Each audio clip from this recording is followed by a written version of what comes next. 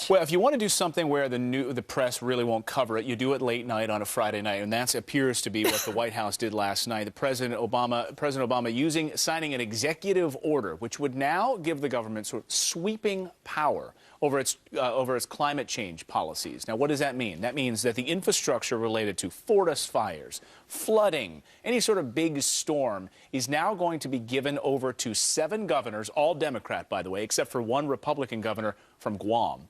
So all Democratic governors in charge of this, who will now be able to dole out money and force other businesses to change their structures based on climate change. All of this coming on the heels of Superstorm Sandy. No, of course, when you're living in New York and you hear something like, well, there may be better infrastructure, there may be more money being put to infrastructure, well, it comes at a cost. Let's remember that. Well, and critics are saying, wait a second, how can you lump together forest fires with rising sea levels in one sort of government it's not task just force? critics, it's scientists. I love watching members of Congress pose as scientists.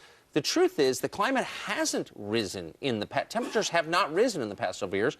They've gone down, and there's, in fact, an emergent scientific consensus that we may be in for a period of global cooling caused not by greenhouse gases, but by fluctuations in solar energy, sunspots. So well, the truth is we don't know. And and by the way, they disagree. Not only disagree, anybody who expresses any kind of scientific skepticism is dismissed as like a denier, like you're a Holocaust denier or something. You're a crazy person. You're evil. The truth is the core of science is inquiry, asking questions, but that's not allowed. Well, they haven't been able to also, when government gets involved in this, they haven't been able to reduce the emissions that they tried to do so far. They haven't been able to reduce the 2% in carbon dioxide emissions that they set about in their goals so far. They want a 17% reduction by 2020. Good luck with that. You have to get car makers on board with that. You're going to have to force the hand of all of these manufacturers of air conditioning units, on and on.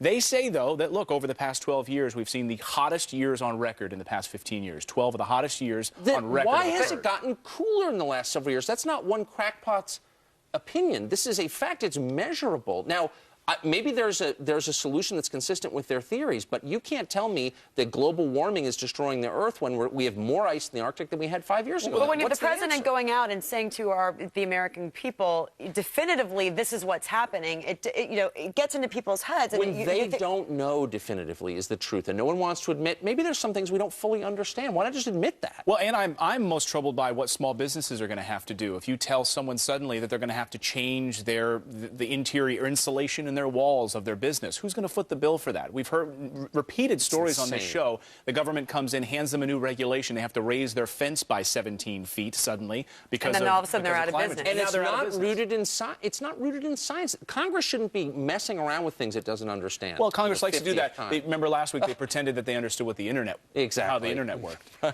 right, coming up here.